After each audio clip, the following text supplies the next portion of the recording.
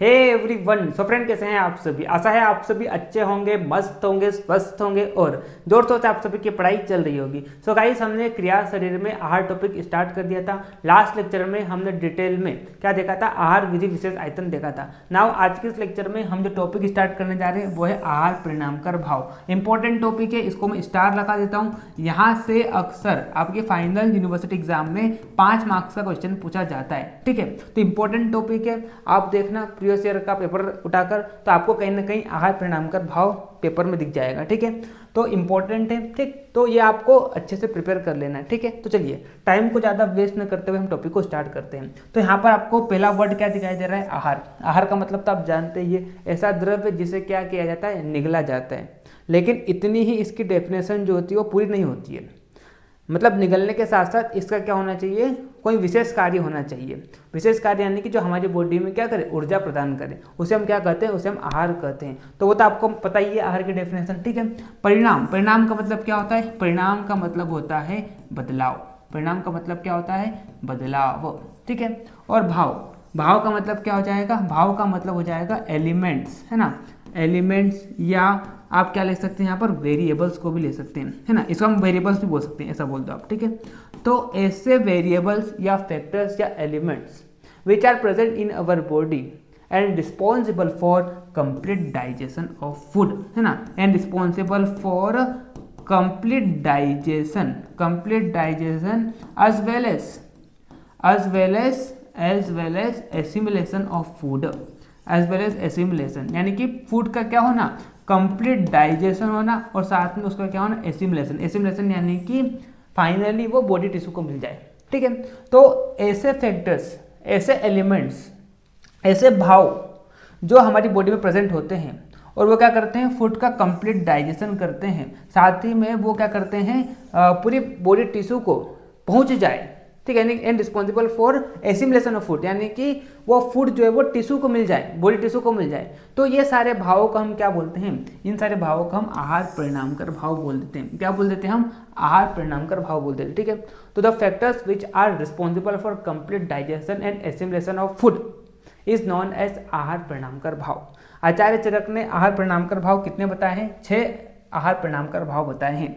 तो उसके लिए यहाँ पर श्लोक दिया गया है, और ये जो श्लोक है इंपॉर्टेंट है। अगर मान लो आहार परिणामकर भाव से क्वेश्चन आता है तो आपको ये श्लोक लिखना है एग्जाम में। ठीक है, तो यहाँ पर क्या बोला, देखिए आप श्लोक में, श्लोक क्या बोल रहा है, आहार परिणामकर अस्तु में भावा भवन्ति तद्यथा उष्मा वायु क्लेद स्नेह काल संयोगश्चेति। तो यहाँ पर क्या बोला कि आहार परिणामकर भाव जो होते कितने बताए गए, 6 बताए गए हैं। यानी कि आहार परिणामकर भाव जो होते कितने होते हैं, 6 भाव होते हैं। पहला क्या बोला यहाँ पर, उष्मा। उष्मा का अभिप्राय आप किससे ले सकते हैं, आप अग्नि से ले सकते हैं। ठीक है, आपको बताए त्रयोदश यानी कि 13 अग्नियाँ बताई गई है। ठीक है, पहली तो आपकी कौन सी हो जाएगी, जाठर अग्नि या पाचक अग्नि हो जाएगी। दूसरी आपकी कौन सी हो जाएगी, भूत अग्नि 5, और 7 आपकी कौन सी हो जाएगी, धातु अग्नि। ठीक है, तो ये सभी आग्नियाँ मिलकर क्या करती है, उस आहार का पाचन का कार्य करती है। उष्मा पचती, यानी कि इसका कार्य जो होता है क्या होता है, पचाने का कार्य होता है। आहार को क्या करती है, पचाने का कार्य करती है। ठीक है, दूसरा यहाँ पर क्या बोला, दूसरा यहाँ पर वायु बोला। ठीक है, तो वायु का कार्य क्या होता है, वायु का कार्य क्या होता है, वायु का कार्य होता है वायु उपकर्षति। वायु का मतलब, वायु का कार्य क्या होता है, उपकर्षति। उपकर्षति यानी कि खींचने का कार्य करती है। यानी कि जितने भी आहार जो होता है जो आप लेते हैं, तो आहार का कोष्ठ में जाना, फिर कोष्ठ से गुदा मार्ग में जाना, यानी कि मुख से गुदा मार्ग तक जाना है कि इस प्रकार से खींचने का कार्य उपकर्षति। उपकर्षति का मतलब क्या होता है, खींचने का कार्य होता है। ठीक है, आहार का मूवमेंट होना मुख से कोष्ठ में, फिर कोष्ठ में पाचन हो जाने के बाद उस आहार का क्या करना, उस आहार पाचन हो जाएगा, पाचन होने के बाद उसमें एक सार भाग आएगा, कीट भाग आएगा, तो इन दोनों को अलग करना, और जो कीट भाग है उसको मल द्वार तक ले जाना। ठीक है, तो इस प्रकार से इसका कार्य जो होता है क्या होता है, आहार का मूवमेंट कराना। साथ में इसका एक और कार्य होता है, जितने भी डाइजेस्टिव जूसेस होते हैं उनको सिक्रेट कराना, कहाँ से, स्टमक से। ठीक है, तो इस प्रकार से इसका कार्य जो होता है वो क्या होता है, उपकर्षति का कार्य होता है। ठीक है, यानी कि मूवमेंट का कार्य होता है। ठीक है, क्लेद, तीसरा यहाँ पर क्या बोला, तीसरा भाव बोले यहाँ पर क्लेद। तो क्लेद जो होता है वो क्या करता है, क्लेद शैथिल्य यानी कि हम जो भोजन लेते हैं तो वो कैसा होता है, थोड़ा हार्ड है, उसमें ढीलापन लाना। वो किसका कार्य होता है, वो आपके क्लेथ का कार्य होता है। हम डिटेल में इन सब के भावों के कार्य जो अलग अलग डिटेल में देखेंगे, ठीक है। अभी आप सुनते जाइए।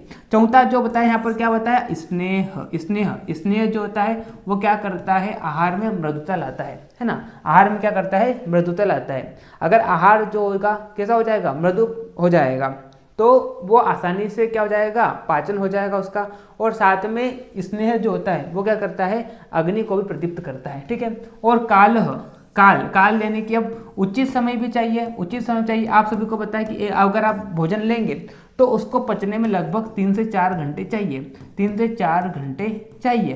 तो काल भी जो होता है क्या होता है, इंपॉर्टेंट रोल प्ले करता है, ठीक है। यानी कि अभी आपने भोजन किया तो उसका उचित जो पाचन काल है वो कितना होता है, 3 से 4 घंटे होता है। यानी कि 3 से 4-5 घंटे तक, मतलब अभी जब आपने खाया तो अगले 4-5 घंटे तक आपको कुछ नहीं खाना है। तो एक प्रकार से ये काल जो होता है वो क्या करता है, भोजन के पाचन के समय को बताता है, ठीक है। उसके बाद संयोग चेती, संयोग, उसके बाद संयोग। संयोग यानी कि आपको कितना आहार लेना है, आपको कितना आहार लेना है ना।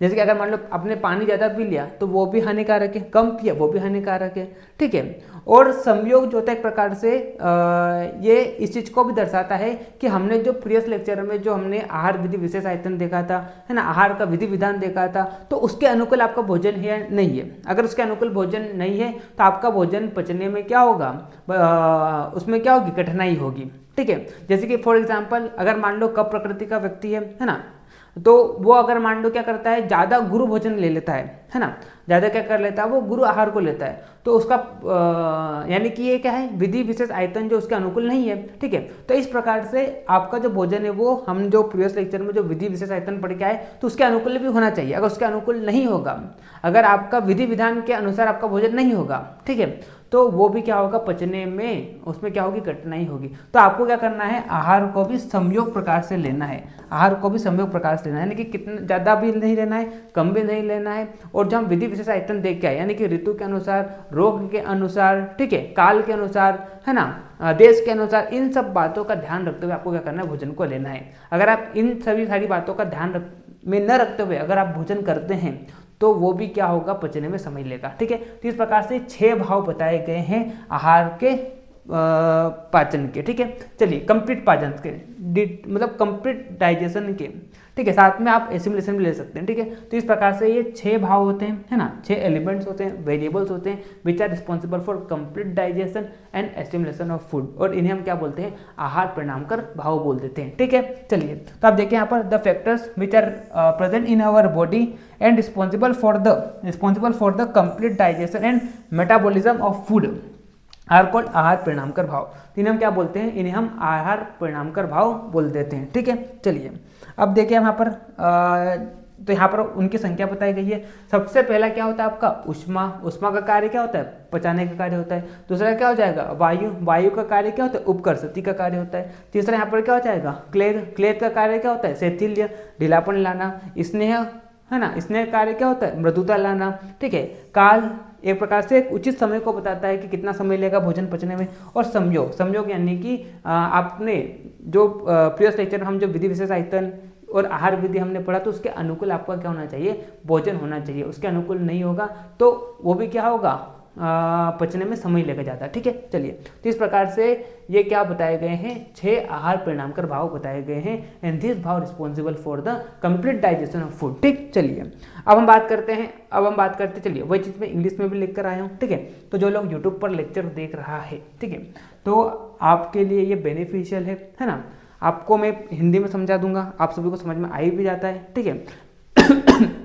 इंग्लिश मीडियम वाले बच्चों को मेन दिक्कत होती है नोट्स की। इंग्लिश मीडियम वाले स्टूडेंट्स को मेन दिक्कत किसकी होती है, नोट्स की होती है। आप सब देखना हिंदी मीडियम में तो आपको अलग अलग बुक मिल जाएगी, अलग अलग ऑथर्स की बुक मिल जाएगी, लेकिन इंग्लिश मीडियम की बुक जो है वो बहुत कम अवेलेबल है, ठीक है। अच्छी बुक्स बहुत कम है, ठीक है। तो इस प्रकार से मैंने जो मैं हिंदी में कंटेंट लेकर आता हूँ तो वही सारी चीज़ मैं इंग्लिश में भी लेकर आता हूँ, ठीक है। तो आप सभी के लिए ये चीज़ क्या हो जाएगी, आप सभी के लिए ये चीज़ बेनिफिशियल हो जाएगी, ठीक है। तो अगर आप क्या करना चाहते हैं, ऑनलाइन रेगुलर क्लासेस लेना चाहते हैं तो आप एप्लीकेशन को डाउनलोड कीजिए। आयुर्वेदा विंग्स एप्लीकेशन है, लिंक आपको डिस्क्रिप्शन में दे रखा है। आप जैसे एप्लीकेशन को डाउनलोड करेंगे तो वहाँ पर आपको कोर्स मिल जाएगा BMS फर्स्ट प्रो।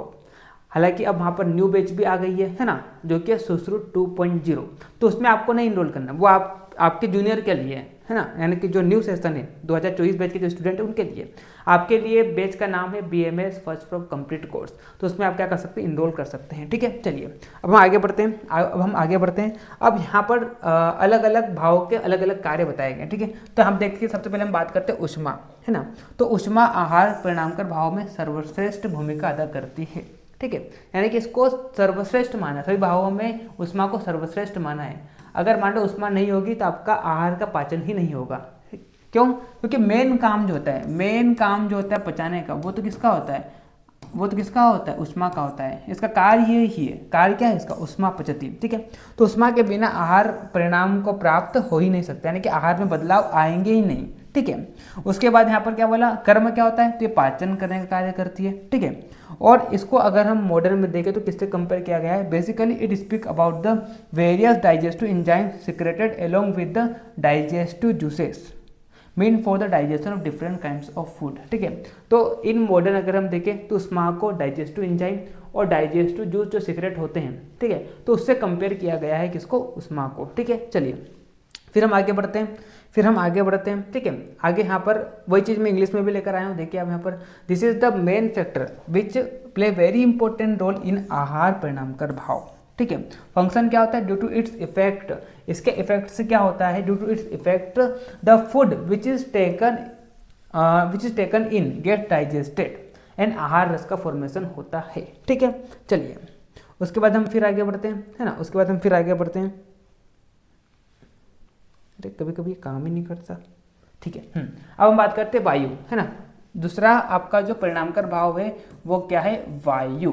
वायु का कार्य क्या होता है, वायु उपकर्षति। वायु क्या करती है, उपकर्षति यानी कि ये क्या करती है, ये खींचने का कार्य करती है। खींचने का कार्य यानी कि जैसे कि बात करते हैं, हमने आहार लिया, है ना, मुंह में लिया हमने आहार, तो मुंह से, है ना, मुख से आहार का कहाँ पर जाना, कोष्ठ यानी कि कहाँ पर जाना, अमाशय में जाना, है ना, जो कि किसका काम होता है, ये आपका प्राणवायु। इसके लिए मेन रिस्पॉन्सिबल जो होता है वो कौन होता है, प्राणवायु। वायु में भी कौन सा, प्राणवायु।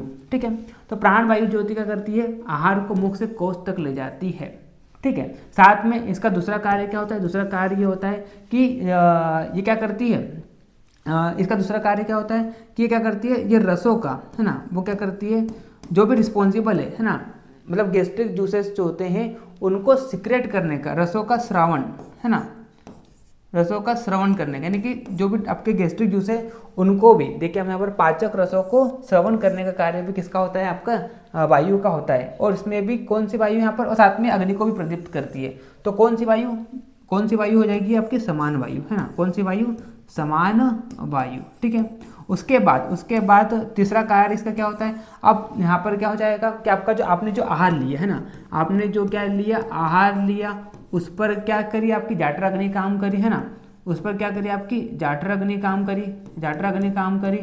ठीक है, और उसको किस में कन्वर्ट कर दिया, रस में कन्वर्ट कर दिया। ठीक है, तो अब यहाँ पर जो आहार आपका जो पाचन हुआ, ठीक है, जाठराग्नि ने काम किया, आहार का जो पाचन हुआ, तो उसमें एक तो क्या निकला आपका, सार भाग निकला, यानी कि जो क्या हो गया, रस निकला, जो कि क्या हो गया, रस निकला।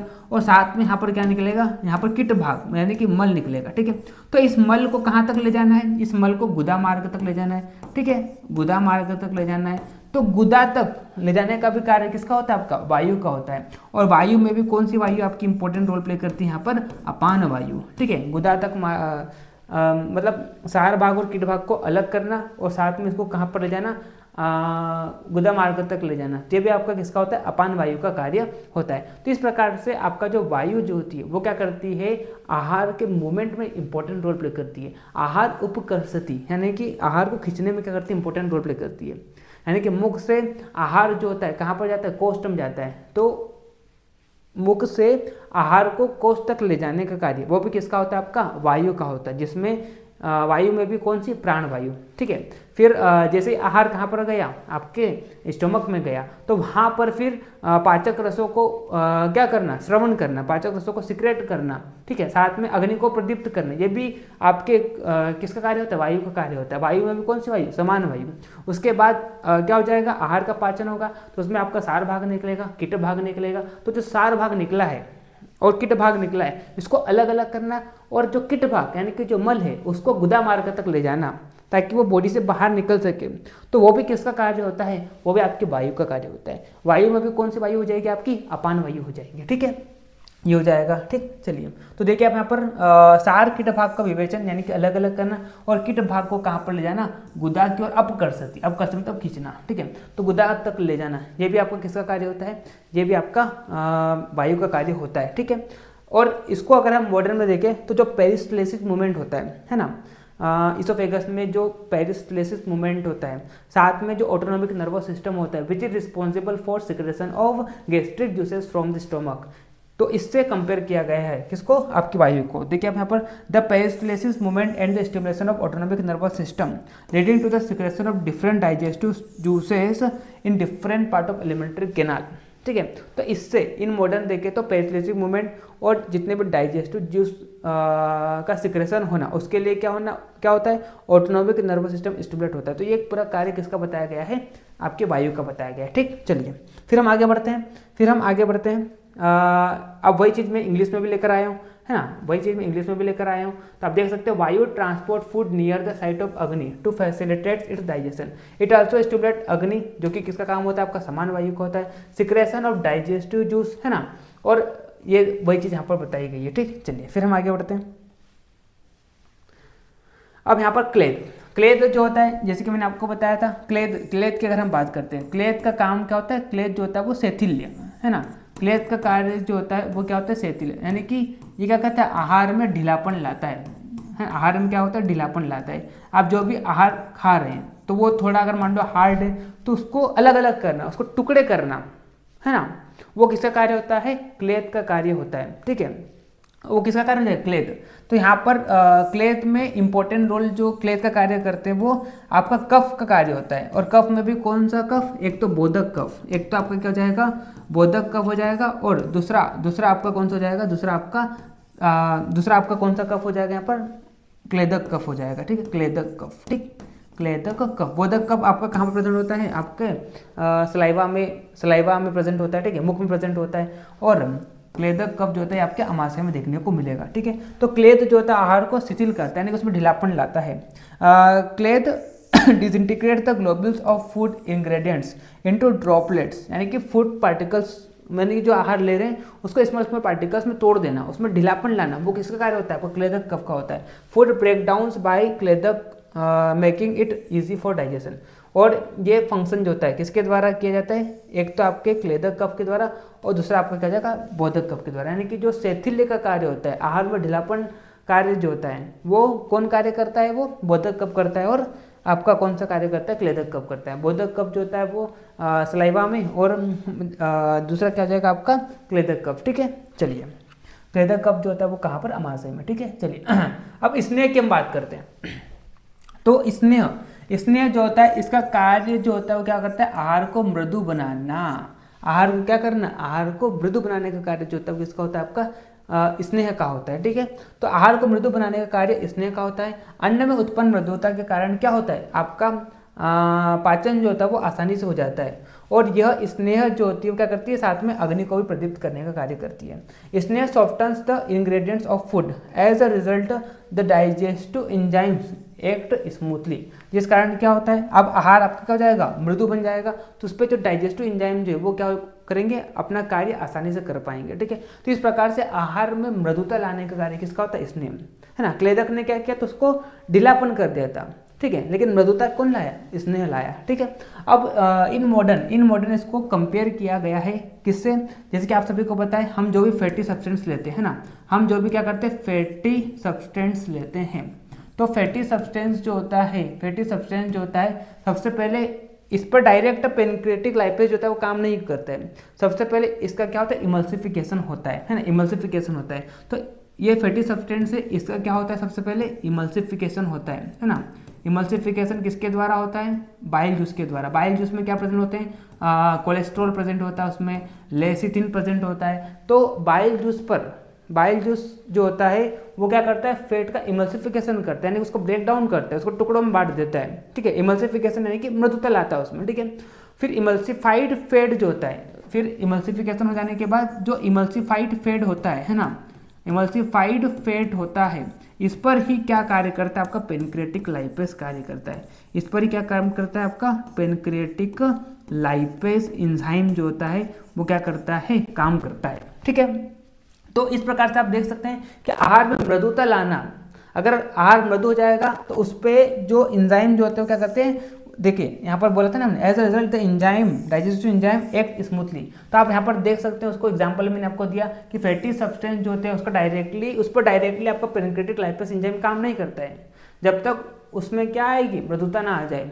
तो मृदुता लाने के लिए क्या होता है कि फैटी सब्सटेंस पर बाइल जूस काम करता है, बाइल जूस जो होता है उसको इमल्सिफाइड करता है, तो फिर इमल्सिफिकेशन होने के बाद इमल्सिफाइड फेट निकलता है, यानी कि उसका ब्रेक डाउन हो जाना, उसमें मृदुता लाना। ठीक है, फिर जैसे ही इमल्सिफाइड फेट तैयार हो जाता है तब जाके उस पर पेनक्रियाटिक लाइपेज क्या करता है, काम करता है, और उस फैटी सब्सटेंस को किसमें कन्वर्ट कर देता है, उस फैटी सब्सटेंस को किसमें कन्वर्ट कर देता है, ग्लिसरॉल में कन्वर्ट कर देता है ना, ग्लिसरॉल में, और साथ में आप यहाँ पर क्या ले सकते हैं, फैटी एसिड्स में। ठीक है, 3 फैटी एसिड्स में कन्वर्ट कर देता है।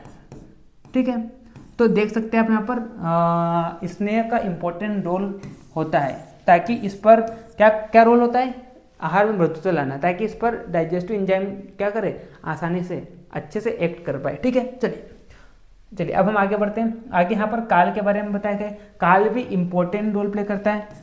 काल जो होता है वो दर्शाता है कि आहार को पचने में कितना समय चाहिए। तो आप सभी को पता है आहार को पचाने में कम से कम 3 से 4 घंटे चाहिए। ठीक है, यानी कि तो ये इस चीज़ को बता रहा है कि अगर अभी आपने मान लो आहार लिया तो अगले 4 से 5 घंटे, लगभग 3 से 4 घंटे तक आपको कोई भी आहार नहीं लेना है। क्यों? क्योंकि आपने जो पूर्व वाला आहार लिया तो पचा नहीं है, और पचने के लिए कितना समय चाहिए, 3 से 4 घंटे चाहिए। तो ये काल जो होता है, यानी कि आहार को पचने का समय जो है, ये भी क्या करता है, इंपॉर्टेंट रोल प्ले करता है। ठीक है, अगर आपने मान लो अभी खाना खाया, उसके 1-2 घंटे बाद और खाना खा लोगे तो आपने जो पूर्व भोजन लिया था उसका क्या होगा, सही से पाचन नहीं होगा।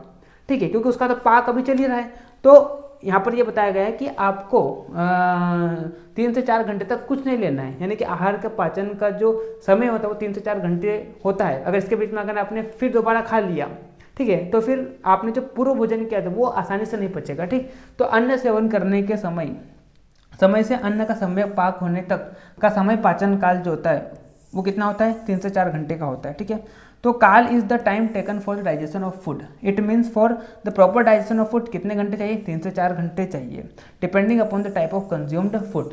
साथ में ये आपने किस तरह से भोजन लिया उस पर भी डिपेंड करता है। अगर मान लो आपने गुरु भोजन लिया तो 3 से 4 घंटे क्या हो जाएंगे, से बढ़कर 5 से 6 भी हो सकता है अगर आपने गुरु लिया। अगर लघु लिया तो जल्दी पच जाएगा। ठीक है, तो वो फूड कंज्यूम पर भी डिपेंड करता है। यानी कि एक प्रकार से ये बता रहा है कि आपने मान लो अभी भोजन लिया तो लगभग 4 से 5 घंटे तक आप क्या करिए, अगला भोजन नहीं करिए। अगर आप अगला भोजन ले लोगे तो पूरा भोजन ही नहीं पचाए तो क्या हो जाएगा, वो फिर दिक्कत होगा जो आपने पुराना भोजन लिया था। साथ में आप जो नया भोजन लेंगे उसके पचने में क्या होगी, फिर दिक्कत होगी। ठीक है, तो लगभग आपको 3 से 4 घंटे देना है नेक्स्ट मील के लिए। ठीक है, चलिए उसके बाद हम बात करते हैं आगे यहाँ पर संयोग के बारे में बात की गई है। ठीक है, संयोग मतलब आपको क्या करना है, इट मीन्स एप्रोप्रिएट, क्या बोला यहाँ पर, एप्रोप्रिएट एडमिनिस्ट्रेशन ऑफ फूड। यानी कि आपको क्या करना है, हमने जो प्रीवियस लेक्चर में आहार विधि पढ़ा था, है ना, आहार विधि पढ़ा था।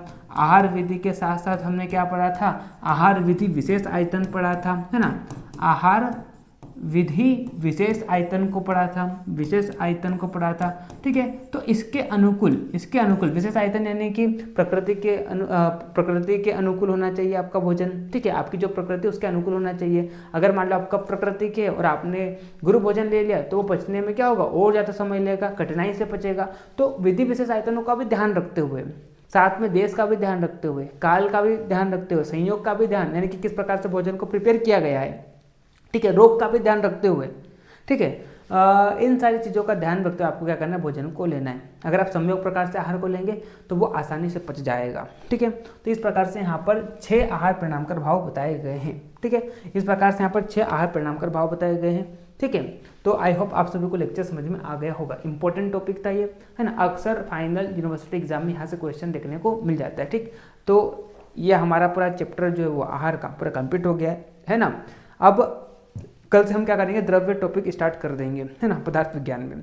द्रव्य का मैंने पहला नोट्स अपलोड कर दिया है, ठीक है। जैसे कि मैंने आपको बोला था कि मैं आप सभी के लिए पदार्थ विज्ञान के लिए एक फैकल्टी को सर्च कर रहा हूँ, तो मेरी मैम से बात हुई तो है, मैम ने लेकिन अभी कोई रिस्पॉन्स नहीं दिया है। मैम का, क्योंकि मैम खुद पढ़ाते हैं कॉलेज में जाकर, है ना, और उनका घर का भी कुछ काम होता है, तो वो मेरे को बोल रहे थे। तो अब देखते हैं जो भी होगा, अगर मैम मानते हैं तो मैम परसों से पढ़ाना स्टार्ट कर देंगे और अगले 2 महीने में अपना जो पदार्थ विज्ञान का सिलेबस है पूरा कंप्लीट हो जाएगा, ठीक है। और बाकी के जो सब्जेक्ट है, संस्कृत तो मैंने 95% ऑलरेडी कवर्ड कर ही दिया है, रचना शरीर भी ऑलमोस्ट कंप्लीट होने को है, संहिता अध्ययन भी ऑलमोस्ट कंप्लीट होने को है, जो बाकी वो आपका क्या क्रिया शरीर जिसमें मैक्सिमम पोर्शन बाकी है, तो उसको भी मैं फटाफट कवर कर दूंगा। उधर मैं पदार्थ पढ़ाएगी, इधर मैं क्रिया पढ़ाऊंगा, तो दोनों सब्जेक्ट साथ में हो जाएंगे, ठीक है। चलिए, तो इस तरह से अगला प्लान है मेरा, है ना, तो देखते हैं जो भी होगा, होप फॉर द बेस्ट, ठीक है। चलिए, तो मिलते हैं नेक्स्ट वीडियो में, तब तक के लिए okay bye, see you again.